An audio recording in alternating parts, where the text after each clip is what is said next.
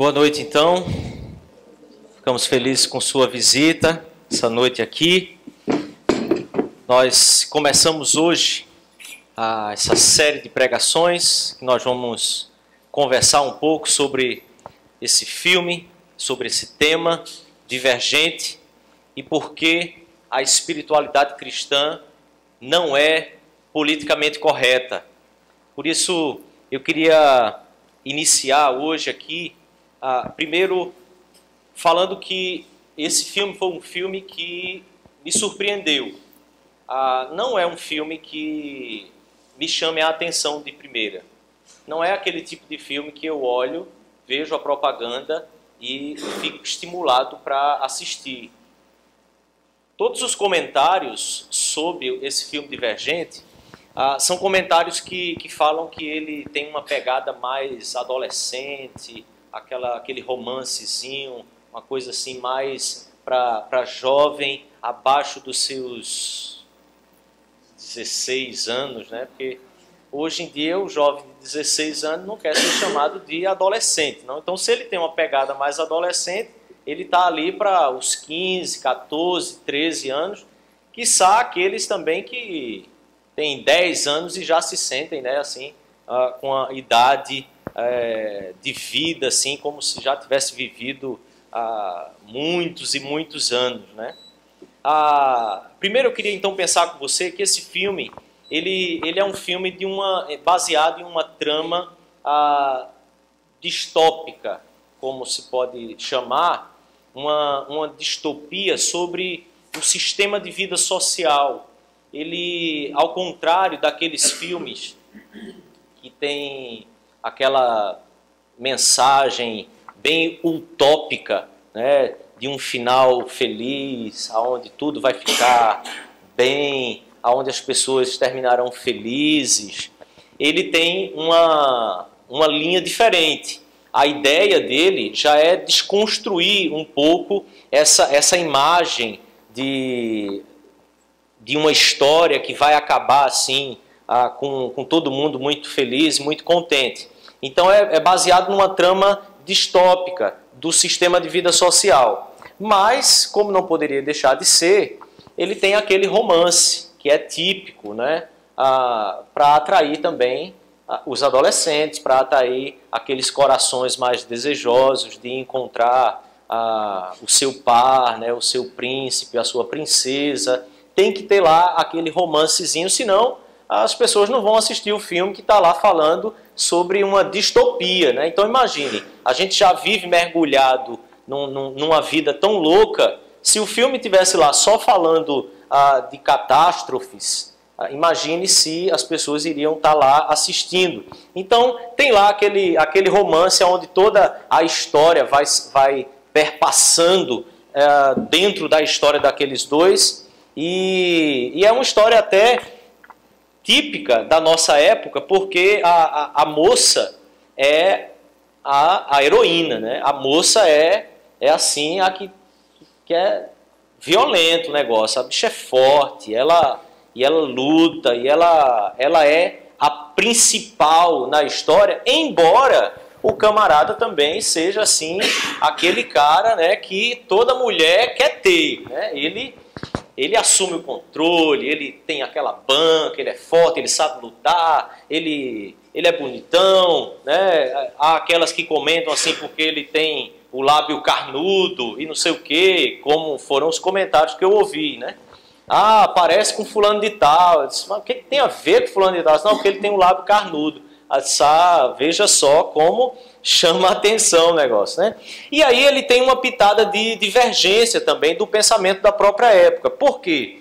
Porque a autora, ela trabalha com uma trama sempre conduzindo você a perceber a mulher que é assim, que assume, que tem aquela pegada mais de liderança, ao mesmo tempo que ela também trabalha uma ideia entre eles dois de que ela é aquela mocinha que precisa, sim, do cuidado do homem, que precisa da atenção dele, que precisa do cuidado dele, né? Precisa de que ele dê aquela atenção protegendo a ela. É interessante que uma das frases no fim do filme, quando ela está correndo para subir em um metrô que está andando, ele já subiu e ele estende a mão para que ela então suba no metrô, e ela diz para ele assim, não, eu consigo. Típico do nosso pensamento da época, onde a mulher ela tem provado, por A mais B, não há mais o que se questionar, elas conseguem. Quando elas querem chegar a algum lugar, elas conseguem. E nós, maridos, sabemos muito bem disso. Quando elas querem algo, elas sabem ir até onde elas querem. Mas ele diz assim, eu sei que você consegue. E ajuda ela assim mesmo. Eu achei fantástico aquilo ali. Cara, na nossa época, nós não vivemos mais numa crise onde a mulher precisa estar provando que sabe e que pode chegar a algum lugar. Elas já chegaram, vocês já provaram que são competentes, que pensam muito mais rápido, que pensam em 10 coisas ao mesmo tempo e nós não conseguimos pensar. Vocês já provaram que conseguem falar enquanto ouvem. Nós não conseguimos fazer isso. Vocês provaram que em alguns setores da sociedade, vocês são muito mais capazes de assumir algumas coisas do que nós. Além do que, vocês conseguem assumir coisas fora de casa, como conseguem assumir dentro de casa. Ok, elas podem, vocês podem. E o cara que também é aquele que é forte, que protege, que cuida, que assume o ônus, que assume a responsabilidade, ele é aquele que diz para ela assim, eu sei, e daí? Mas eu quero lhe ajudar. Talvez uma das sacadas que o filme traz é que ele está dizendo para a gente que essa crise ela não precisa mais existir. A gente não precisa mais ficar nesse dilema, se a mulher pode, se a mulher não pode, se a mulher tem força suficiente ou não, quem é o homem nessa história e tudo mais. O camarada lá que é seguro de si, ele tem uma mulher extremamente forte do seu lado, mas ele sabe a força que ele mesmo tem, a capacidade que ele mesmo tem, e não está em momento nenhum diminuída por causa da capacidade e da força que ela tem ao lado dele. E aí o casal finaliza o filme abraçado ali no metrô, em movimento, e ela pensando diversas coisas na segurança do colo dele. Isso eu achei fantástico aquilo. Enquanto traz um pensamento que é típico da nossa época, da mulher sendo aquela que é a personagem principal dentro da sociedade, ela traz uma pitada de uma lição ali que é fantástica. De que esses dois papéis, eles em momento nenhum precisam ser confundidos, separados ou colocados em competição um com o outro. O contexto do filme é um contexto onde eles estão inseridos em um mundo pós-apocalíptico. O mundo passou por uma grande guerra, o mundo foi quase que totalmente destruído, e eles então tentam encontrar a paz tão almejada pela humanidade, nessa sociedade que sobreviveu. E quase que, tendo chegado ao seu fim, eles então voltam agora tentando encontrar essa paz, criando estruturas que separam as pessoas e definem as pessoas numa só característica ou personalidade. Então as pessoas elas são colocadas em facções, elas são colocadas em grupos da sociedade que são caracterizados então por esses símbolos aqui que vocês viram, e esses símbolos são símbolos aonde cada uma das facções, aonde toda a sociedade foi dividida, abraça cada um desses símbolos. Em determinado momento, então, a pessoa ela é levada a assumir a sua identidade quanto o local da sociedade que ela vai fazer parte. Ela tem que decidir de onde ela vai ser na sociedade. No momento em que ela decide, ela não pode mais voltar atrás.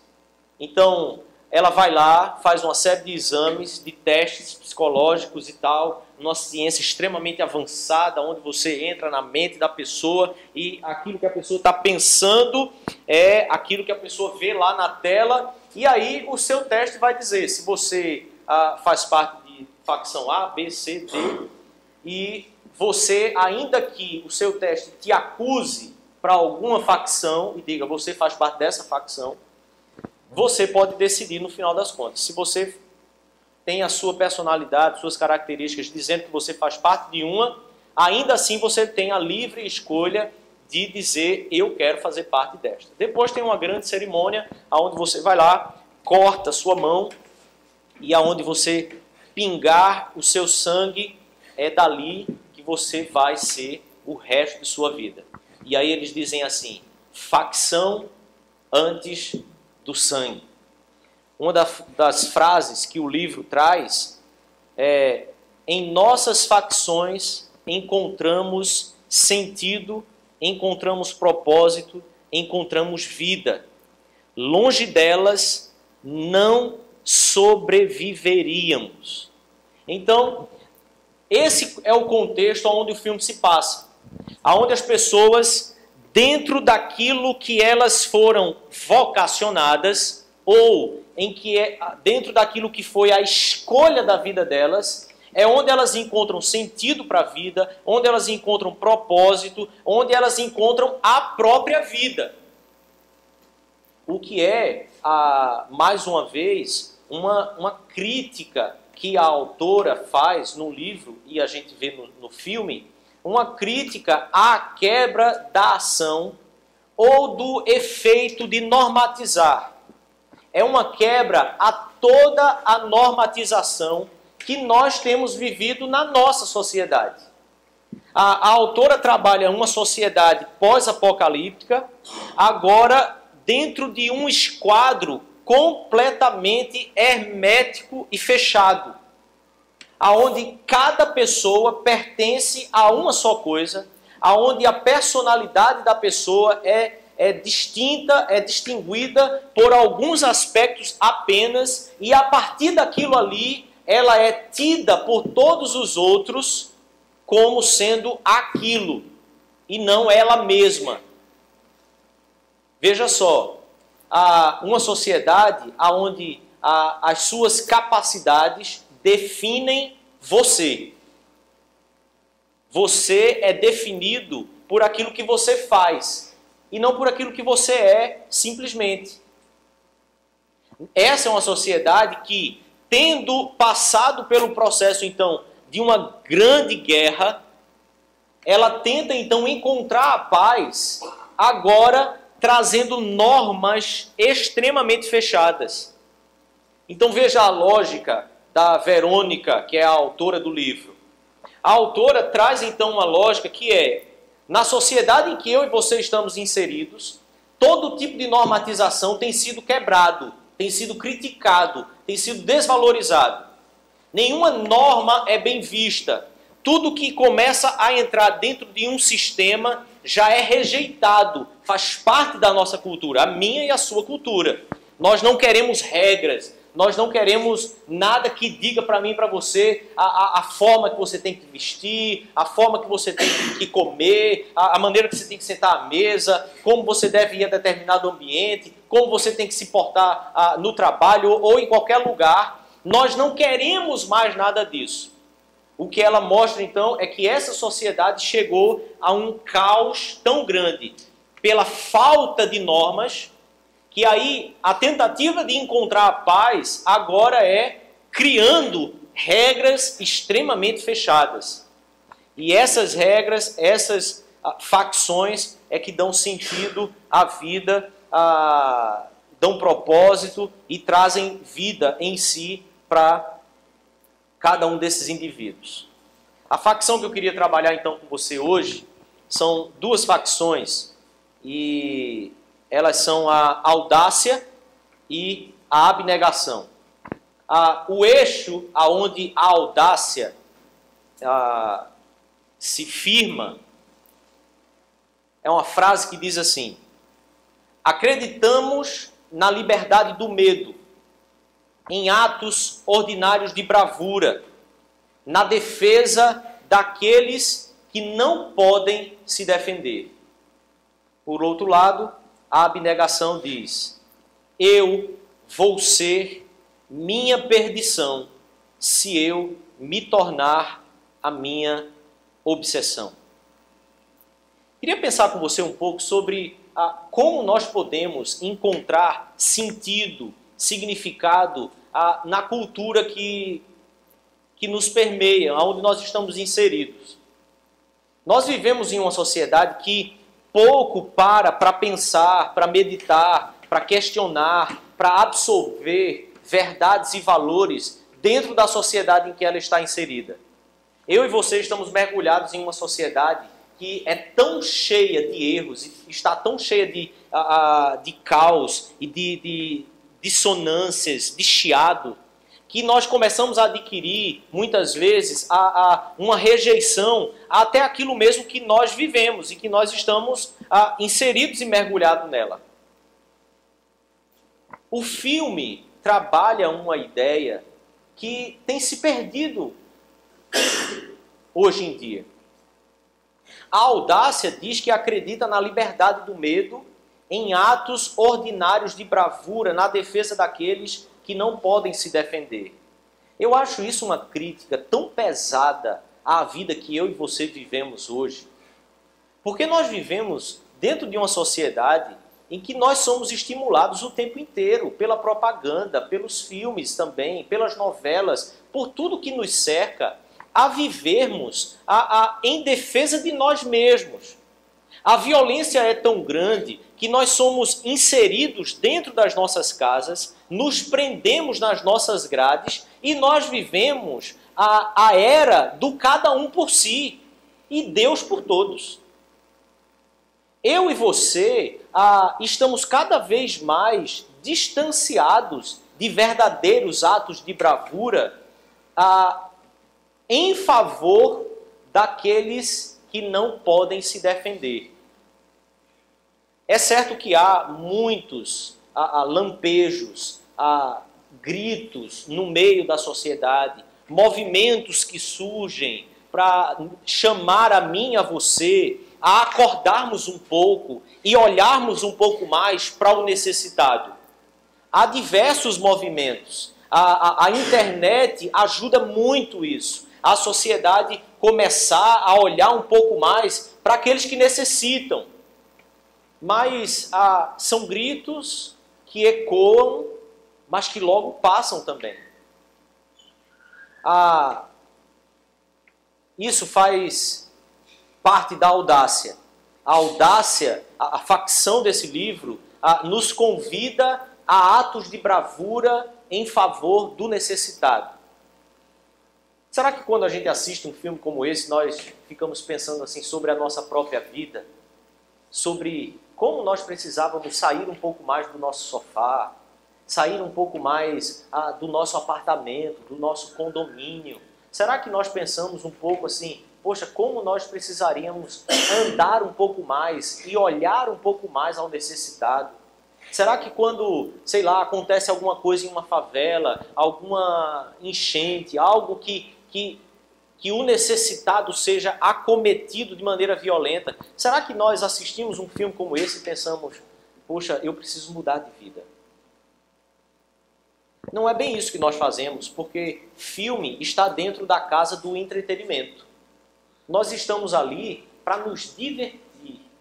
Eu queria talvez acordar, chamar a sua atenção para o fato de que muitos dos filmes que nós assistimos, muitas das músicas que nós assistimos, são verdadeiros convites a uma transformação de nossa própria vida. São desafios, são convites a nós nos movimentarmos um pouco mais. A outra facção é a abnegação. E ela diz, eu vou ser minha perdição se eu me tornar minha obsessão. É de emudecer. Gente, aonde essa autora estava com a cabeça? Talvez um dos motivos porque esse filme não se tornou assim recorde em bilheteria seja o fato de que as verdades que estão sendo trazidas ali, elas são muito contundentes. Na sociedade do selfie, aonde eu ouvi recentemente alguma pessoa em alguma novela, que agora eu não vou me lembrar, ao invés de dizer assim, ah, meu Deus do céu, ela disse, eu não sei se ela continua dizendo, mas ela disse, ah, meu Deus do selfie. Essa é a nossa sociedade, aonde a nossa imagem, ela ocupou um centro tão elevado, um ápice tão elevado, que nós temos nos tornado a nossa própria perdição. De maneira tão incoerente, uma sociedade que fala tanto da imagem, que chama tanto a mim e a você para cuidarmos e olharmos para a nossa imagem o tempo inteiro, é uma sociedade onde doenças psicossomáticas, doenças na alma, têm assim saltado aos nossos olhos como pipoca. Estamos completamente imersos numa sociedade onde as doenças da alma estão tomando conta de todos os indivíduos. Mas uma sociedade que diz e que fala tanto de que você precisa vender, buscar, aperfeiçoar, elevar a sua própria imagem, tomar conta da sua própria imagem, fazer de qualquer forma, andar por qualquer caminho aonde a sua imagem seja preservada. Nas empresas, nos locais de trabalho, as pessoas lidam cada vez mais com isso e adquirem habilidades imensas de tornar a sua imagem intocável. E qualquer pessoa, não importa quem seja, ela que caia, a imagem dela que seja aferida, amanchada, mas a minha não. É nessa sociedade que nós estamos inseridos e a abnegação no filme é uma facção onde as pessoas resolveram viver não para a própria imagem delas, não para elas mesmas, mas elas entenderam que elas serão a sua própria perdição se elas se tornarem sua obsessão. Algumas coisas podem ser pensadas aqui também. O último diálogo dos dois principais do filme, a atriz e o Tobias, é esse diálogo que está aí na tela para você ver. Ela diz para ele assim, meus pais morreram hoje, eles se foram. Ele responde para ela, eu sei, mas eles amavam você, Tris. Para eles, não havia melhor forma de demonstrar. Os pais dela pertenciam à facção da abnegação, eles dois pertenciam à facção da audácia, onde eles acreditavam em atos de bravura, e a facção da abnegação acreditava que se eles se tornassem a própria obsessão deles, eles seriam a perdição deles também. Eu fiquei pensando quantos pais, ou qual pai ou mãe de verdade hesitaria em morrer para salvar a vida de um filho? Qual pai e mãe de verdade não daria a vida pelo filho que ama? Quando temos filhos, nós realmente conhecemos o que é abnegação e o que é bravura. Até lá, nós acreditamos e vivemos lampejos de bravura, de abnegação, mas quando nós temos filhos, alguma coisa muda em nós. Alguma coisa muda na gente. Eu sou uma pessoa extremamente tímida.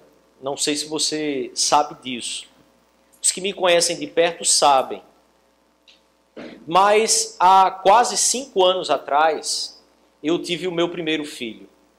E aí eu levei este menino para fazer o exame do ouvidinho, né? E tal, um exame assim profundo, um exame misterioso, uma coisa assim de uma tecnologia avançadíssima. Eles chegam do lado da criança e bate assim um sininho. Se ele fizer alguma coisa, está ouvindo bem. Se não, tem problema. Andrezinho estava mamando, não dormiu, era para estar dormindo, e aí não tinha jeito do menino olhar, porque ele estava mamando.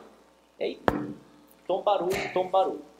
Mas antes do exame, a gente ficou numa sala tão apertada, tão quente, e você está ali com seu filho, né, com 1 mês de idade no máximo ali, aquela agonia, e você não sabe como lidar com aquele negócio direito ainda, você nunca cuidou de uma vida tão pequena, tão frágil, você com tanto medo, aí começou o calor, a demora, de repente apareceu uma senhora que disse assim, olha, a médica esqueceu que teriam vocês para atender agora, e ela está do outro lado do hospital atendendo a alguns adultos, porque chegou no horário deles. Ela mandou avisar que vocês esperassem mais um pouco, quando ela terminar lá, ela vem para cá. Isso assim, tinham uns 10 pais com meninos, e ficaram com aquela cara assim, sabe, de, poxa, que injustiça, né? Que coisa. Mas uma bravura, uma coisa assim tomou conta. Se eu levantei e disse assim, chame esta médica agora, porque se ela não vier aqui, eu vou lá. E aí nós vamos ver como é que nós vamos resolver isso aqui. Agora nós vamos resolver cara a cara. Só que isso falando num volume já assim, certo? Não de quem está tentando pregar para você e chamar a sua atenção. Mas quem já estava perdendo ali o autocontrole, toda a abnegação. Depois que passou aquilo ali, eu olhei assim, né? Olhei para minha mulher e disse, rapaz, que foi isso, né? Porque normalmente, se eu chego em um ambiente e eu quero fazer uma reclamação sobre alguma coisa, eu faço assim, amor, vai lá. Aí ela, que já é muito mais, né? Ferraz, eu não sei a que grupo eles pertenceriam aí. Aí ela vai lá e prontamente já começa, olha, e tal. Assim, eu fico só lá, assim, né, de guarda-costa, né, tentando, né, fazer aquela de... Mas nesse dia a coisa mudou. Se o fato é, quando se trata do nosso filho, quem é que não se joga na frente? Quem é que não bota o peito lá e diz assim, que a bala bata em mim? Pelo filho, a gente faz qualquer coisa. Quantos de nós não faríamos isso? Que pai de verdade não faria isso? O fato é que, no final das contas, no filme, os bravos e abnegados de verdade são os pais deles, e não eles mesmos. Porque, no final das contas, se você observar em que se apoia a abnegação e em que se apoia a bravura são atos de bravura, a audácia, né? Acredita em atos de bravura em favor do necessitado. Eles dois pertencem à audácia, a Tris e o Tobias. Mas, no final das contas, eles estão realizando atos de bravura para salvar a própria pele. É em busca do sonho dele, é em busca do que eles desejam. Muito típico do que nós vivemos na nossa época. E aí o filme vem com essa pitada também, que se você não observar, passa desapercebido. Aqueles que são coerentes com a audácia e a abnegação são os pais.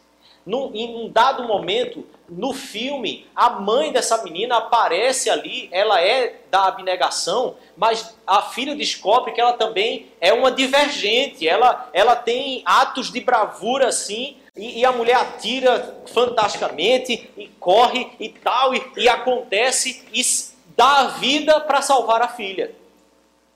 Ela está realizando um ato de bravura de acordo com os preceitos da facção da audácia. Ao mesmo tempo que quem é que mais pode se abnegar, senão aquele que dá a vida pelo outro, pelo que ama.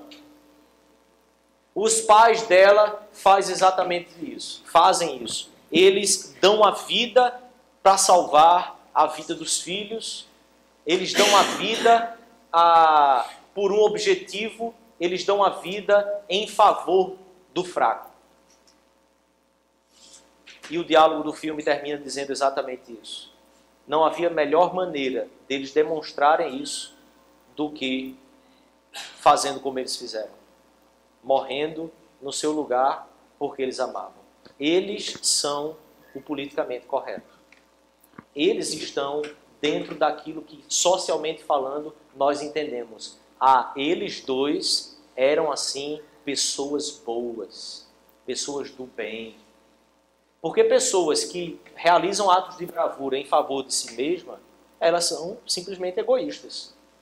Mas pessoas que realizam atos de bravura para salvar o necessitado, para salvar aquele que ama, sim, essas são pessoas do bem. Talvez você não tenha o costume, e talvez às vezes simplesmente passe desapercebido, o quanto que filmes podem trazer lições para mim e para você, músicas, o quanto que a nossa cultura pode ensinar a mim e a você, para que a gente saia dessa posição que nós temos sido levados de maneira tão avassaladora na nossa sociedade.